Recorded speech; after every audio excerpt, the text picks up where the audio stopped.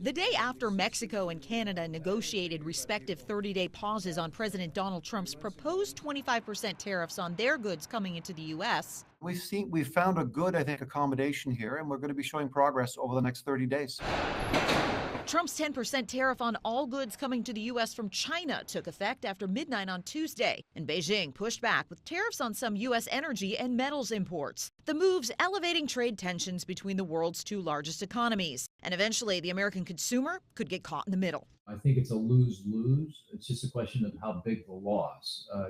It raises prices, raises inflation, and of course, we've been through a very wrenching period globally with high inflation. It's been a real problem. Among items that could see higher prices, consumer electronics like phones, TVs, and computers, toys, jewelry, silverware, and sporting equipment, and shoes and sneakers imported in large numbers from China. The real impact will be felt once businesses deplete their current warehouse stock and need to bring in more, unless the U.S. and China strike a deal soon. Democrats note the tariffs don't align with the economic relief Trump promised in his 2024 campaign. Tariffs will undoubtedly drive up costs. You shared some of those numbers earlier, and people are living paycheck to paycheck. This is the opposite of what Trump ran on and what the American people want. President Trump is not giving up his obsession with linking China and the Panama Canal, punctuated by this remarkable moment in his inaugural address. China is operating the Panama Canal, and we didn't give it to China. We gave it to Panama, and we're taking it back. That drew an immediate public condemnation and rejection from Panamanian President Jose Raul Mulino.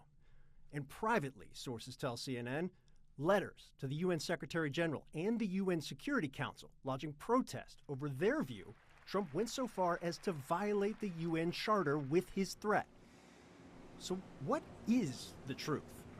Well, I toured the canal and its operations, getting exclusive access to try and separate fact from fiction.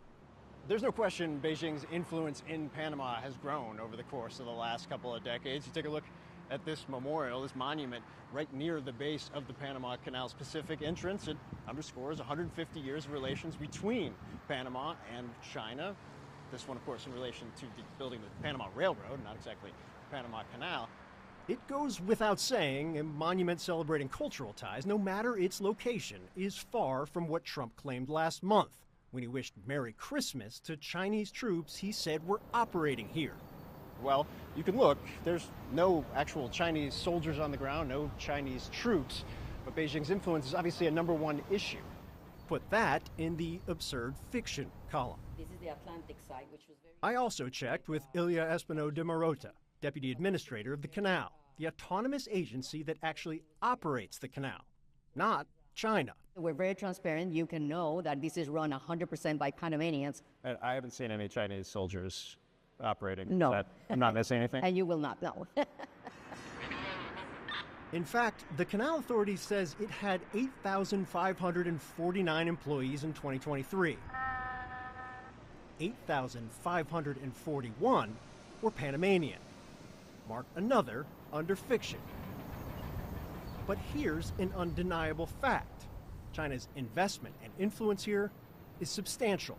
Right across the water, you see a port that was built by a subsidiary of a Hong Kong-based company.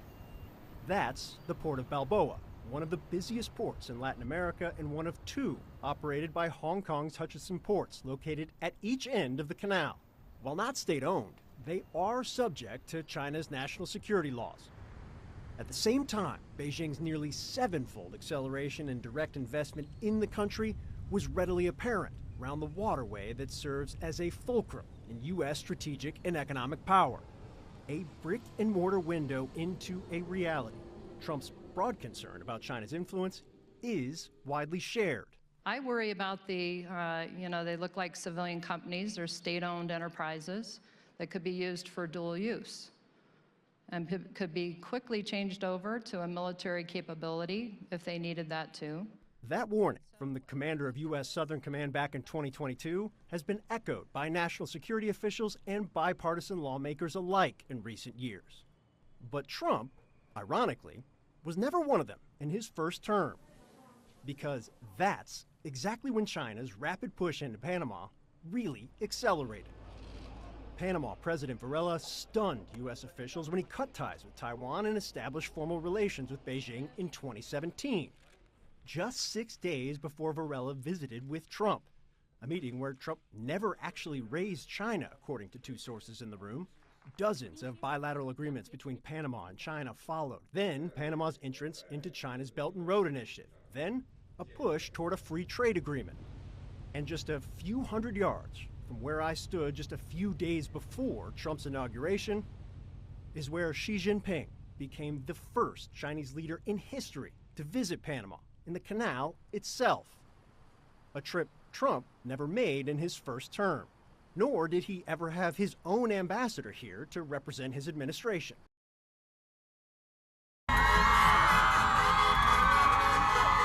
These are the sounds that washed out the usual afternoon traffic ambience on Highway 90 in Biloxi. No hate, no fear, immigrants are welcome here. That chant summarizing the message that dozens of protesters shouted for more than 3 hours. Mexico!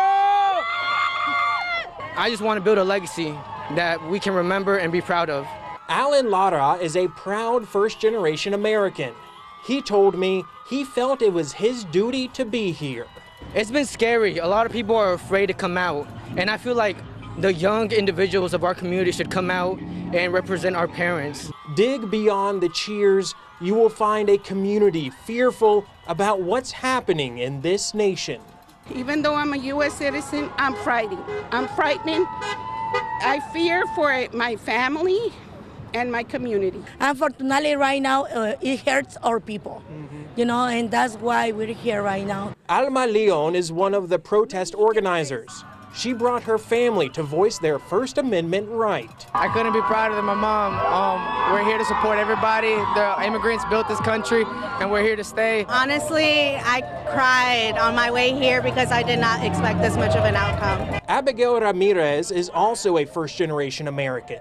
Her family moved here after Hurricane Katrina to help rebuild South Mississippi. She helped organize this call to action after she saw other protests happening around the United States. Just being the voice for those who can't speak for themselves right now. That's really where the passion is from, because I've grown up all around these type of people that have just fought their whole lives for a better future for themselves and their families. She also said she was moved to see the support from people outside the Hispanic community.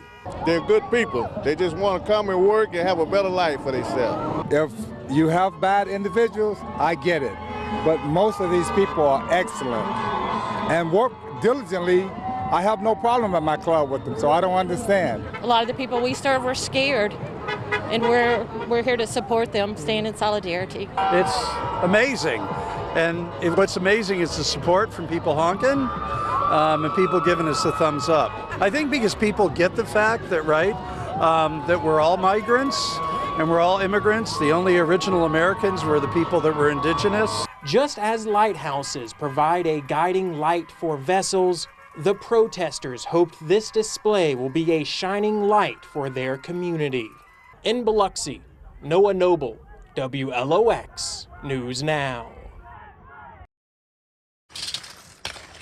In the ruins of Gaza, Sami Ramadan is determined to clear the rubble where his home once stood. And he is determined to stay. We will not leave. Occupation and colonization will vanish, and we will stay, he says. As long as we live on this land, we will stay. We will die here. Even if in a tent, I will live in the ruins of my home. Like so many here, he swiftly rejected President Trump's proposal to permanently displace Gaza's 2 million Palestinians in favor of a U.S. takeover, and the president's rationale for doing so. What's the alternative? Go where? There's no other alternative. If they had an alternative, they'd much rather not go back to Gaza and live in a beautiful alternative that's safe. But hundreds of thousands of Palestinians have decided to return to their homes. Alongside tents pitched amid the rubble, they have already begun to rebuild. They say they are undeterred by the scale of the destruction.